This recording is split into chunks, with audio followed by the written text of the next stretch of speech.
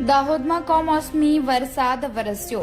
હવામાન ખાતાની આગાહીના પગલે દાહોદમાં વરસાદનું આગમન થયું.